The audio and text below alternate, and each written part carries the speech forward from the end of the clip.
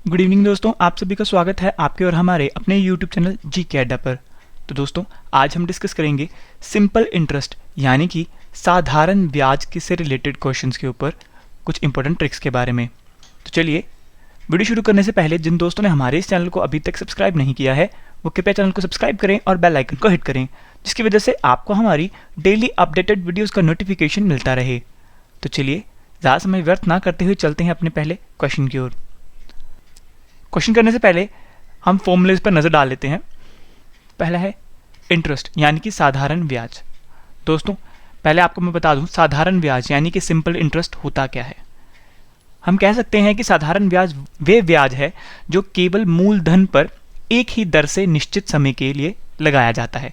जैसे कि अगर मैं सिंपल भाषा में बोलूँ दोस्तों कि अगर मूलधन यानी प्रिंसिपल अमाउंट यानी कि जैसे हम कोई व्यवसाय करने लगे हैं तो उसके लिए हमें उसको व्यवसाय को बढ़ाने के लिए हमें कुछ पूंजी लगानी पड़ती है। तो उस पूंजी को ऊपर लगाने के लिए जो निश्चित समय के लिए जो दर लगाया जाता है उसे हम कहते हैं साधारण ब्याज। तो अगर सिंपल इंटरेस्ट निकालना हो तो उसके लिए फॉर्मूला है P into R into T divide by 100, यानी कि P is the principal, R is the rate and T is the time and divide by 100। तो सिंपल इंटरेस्ट यानी साधारण ब्याज निकालने का जो सूत्र है वे है P into R into T by 100। Next है रेट यानी दर, और अगर दर निकालने के लिए हमें जो फॉर्मूला है वे है I into 100 by P into T. I यानी कि interest and P is equal to principal and T is the time. Next है प्रिंसिपल यानी कि मूलधन। तो अगर मूलधन हमें निकालना हो तो इंटरेस्ट गुना 100 divide by principal into rate, याद रखिएगा। और नेक्स्ट है टाइम यानी समय। अगर हमें निकालना हो तो समय निकालने का सूत्र है I into 100 divide by P into R. तो अगर समय हमें निकालना हो तो समय निकालने का जो सूत्र है वे है I into 100 divide by P into R. Next है अमाउंट यानी मिश्र धन। अमाउंट यानी कि किसी भी चीज़ का अमाउंट या मिश्र धन हम बोल सकते हैं। तो अमाउंट अगर निकालना हो तो प्रिंसिपल प्लस इंटरेस्ट। तो अगर हमें किसी चीज़ का अमाउंट निकालना हो तो उसको निकालने का सूत्र है प्रिंसिपल प्लस इंटरेस्ट का योगफल। हमारी फर्स्ट ट्रिक है दोस्तों, यदि किसी धन का साधारण ब्याज उस धन का A/B भाग हो तथा वर्षों की संख्या वार्षिक ब्याज की दर की संख्या के बराबर हो, तो वार्षिक ब्याज की दर या वर्षों की संख्या अगर हमें मालूम करनी हो तो उसके लिए सूत्र है A डिवाइड बाई B का रूट गुना 10। फिर से देखिएगा दोस्तों, समझने की कोशिश कीजिएगा कि यदि किसी धन का साधारण ब्याज यानी सिंपल इंटरेस्ट उस धन के A/B भाग हो तो तथा वर्षों की जो संख्या होती है यानी वार्षिक ब्याज हम कह सकते हैं उसकी दर की संख्या, ठीक है, उसकी दर की संख्या A/B भाग के बराबर हो, तो जो वार्षिक ब्याज की दर या वर्षों की संख्या अगर हमें मालूम करनी हो तो उसके लिए जो सूत्र है वह है A/B का रूट गुना 10। नेक्स्ट ट्रिक है हमारी, यदि कोई धन साधारण ब्याज पर T वर्षों में अपनी N गुनी हो जाती है, तो अगर हमें रेट ऑफ इंटरेस्ट निकालना होगा तो वो होगा n-1 into 100 divide by T. फिर से समझने की कोशिश कीजिएगा कि यदि अगर कोई धन है वे साधारण ब्याज पर T वर्षों में n गुनी हो जाती है, तो उसके लिए हमें उसका रेट ऑफ इंटरेस्ट निकालना हो कि अगर पर मंथ हमें कितना रेट ऑफ इंटरेस्ट पड़ेगा, या फिर एनुअली, या हम कह सकते हैं कि वार्षिक के हिसाब से हमें कितना इंटरेस्ट पड़ेगा। तो अगर हमें इंटरेस्ट निकालना हो तो उसके निकालने का जो सूत्र है वे है n-1 इंटू 100 बाई T का परसेंटेज, याद रखिएगा। नेक्स्ट है, यदि कोई धन साधारण ब्याज पर R% की दर से अपनी n गुनी हो जाती है, यानी कि अगर कोई साधारण ब्याज है, धन है साधारण ब्याज पर अगर R% की दर से n गुनी हो जाती है, तो समय अगर निकालना हो तो हमें समय निकालना है कि वो कितने समय में पूरी होगी। तो उसके लिए जो फॉर्मूला है, सूत्र है वे है n-1 into 100 divide by are, यानी कि रेट ऑफ इंटरेस्ट। फिर से समझने की कोशिश कीजिएगा कि यदि कोई धन है, हमारे पास धन है, उसका साधारण ब्याज पर अगर R% की दर से साधारण ब्याज, किसी धन का साधारण ब्याज R% की दर से n गुनी हो जाती है, तो वे कितने समय में कंप्लीट करने के लिए हमें समय का पता करना हो तो वे फॉर्मूला होगा, सूत्र होगा n-1 into 100 divide by are वर्ष, याद रखिएगा दोस्तों। नेक्स्ट ट्रिक है हमारी, यदि कोई धन एक निश्चित समय में एक निश्चित समय में R1 प्रतिशत की दर से अपनी N1 गुनी तथा R2 प्रतिशत की दर से N2 गुनी हो जाती है, तो R2 निकालने का जो फॉर्मूला होगा, R2 जो रेट ऑफ इंटरेस्ट निकालने का जो फॉर्मूला होगा वह होगा N2 minus 1 divide by N1 minus 1 into R1 प्रतिशत। फिर से समझने की कोशिश कीजिएगा कि यदि कोई धन है जो कि निश्चित समय में R1 प्रतिशत की दर से N1 गुनी हो रही है और तथा R2 प्रतिशत की दर से N2 गुनी हो जाती है, यानी पहले R1 रेट ऑफ इंटरेस्ट था, ठीक है, R1 प्रतिशत के हिसाब से रेट ऑफ इंटरेस्ट था, और जिसमें क्या हो रहा था कि N1 गुनी कोई चीज़ धन का निश्चित जब समय जो N1 गुनी हो जा रहा था, और अगर नेक्स्ट है R2 प्रतिशत की दर से और वो N2 गुना हो जा रहा था, तो अगर हमें R1 प्रतिशत तो पता है, अगर R2 प्रतिशत हमें रेट ऑफ इंटरेस्ट निकालना हो तो उसको निकालने का जो सूत्र होगा वह होगा N2 minus 1 divide by N1 minus 1 into R1 प्रतिशत। नेक्स्ट है, यदि कोई धन एक निश्चित साधारण ब्याज की दर से T1 समय में N गुनी तथा T2 समय में N2 गुनी हो जाती है, तो जो T2 समय निकालने का जो सूत्र है वे है N2 minus 1 N1 minus 1 multiplied by T1 वर्ष। देखिए फिर से कि यदि कोई धन एक निश्चित साधारण ब्याज की दर से T1 समय में N1 गुना हो रहा है और T2 समय में N2 गुना हो रहा है, तो अगर हमें T2 निकालने के लिए यानी कि सेकेंड टाइम निकालने के लिए जो होगा उसके लिए सूत्र होगा N2 minus 1 divide by N1 minus 1 multiplied by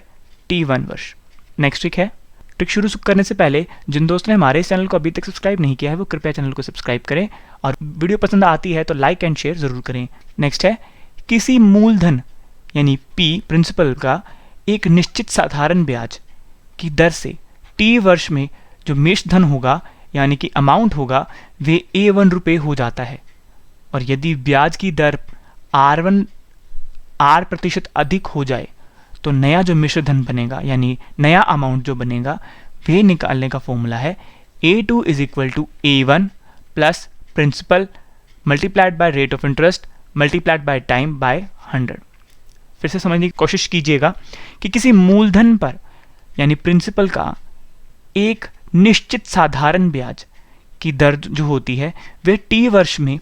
उसका जो मिश्र धन है यानी कि जो अमाउंट है वे A1 रुपये हो जाता है, और यदि हम ब्याज की दर R प्रतिशत अधिक हो जाए या हम R प्रतिशत बढ़ा दें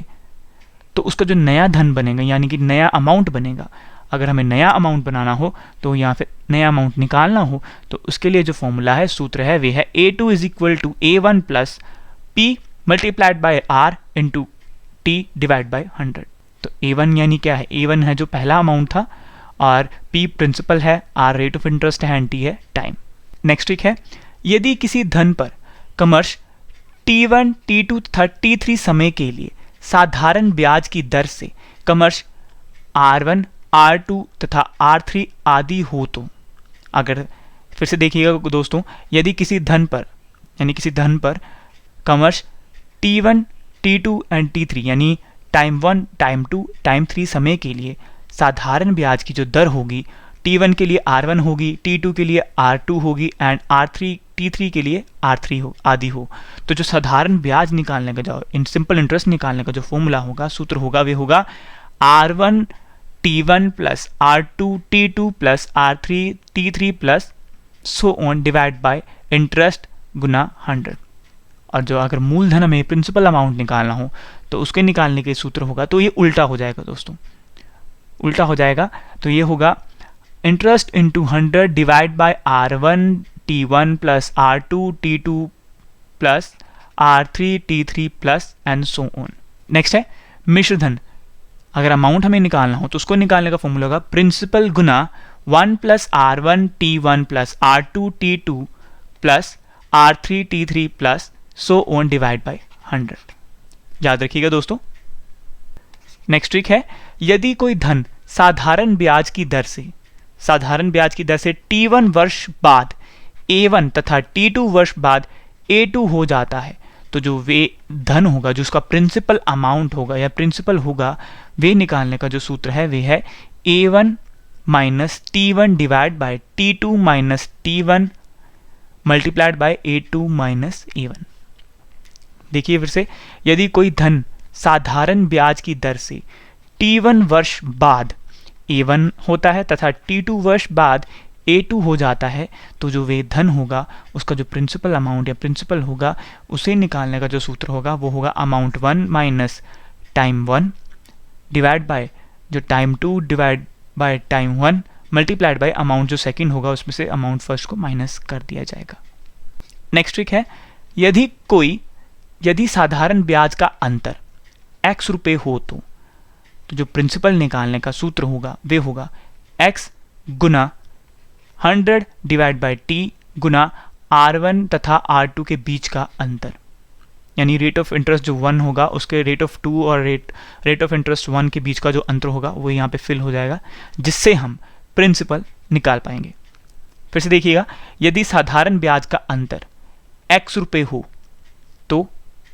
जो प्रिंसिपल निकालने का सूत्र होगा वे होगा, यानी कि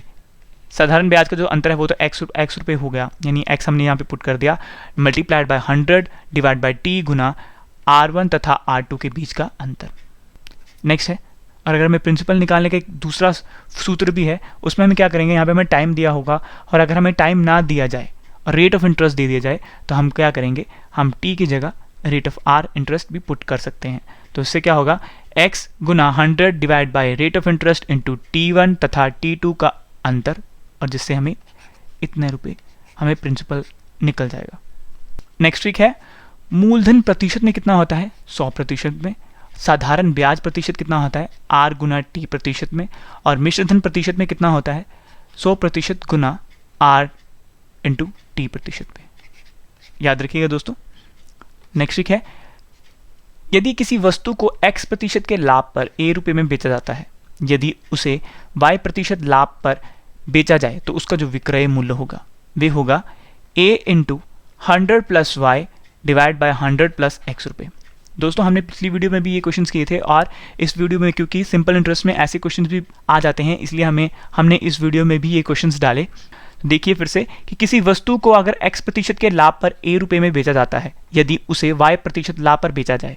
तो उसका विक्रय मूल्य जो होगा वे x तो होगा ही और y प्लस हो जाएगा, तो a into 100 plus Y divide by 100 plus x रुपये।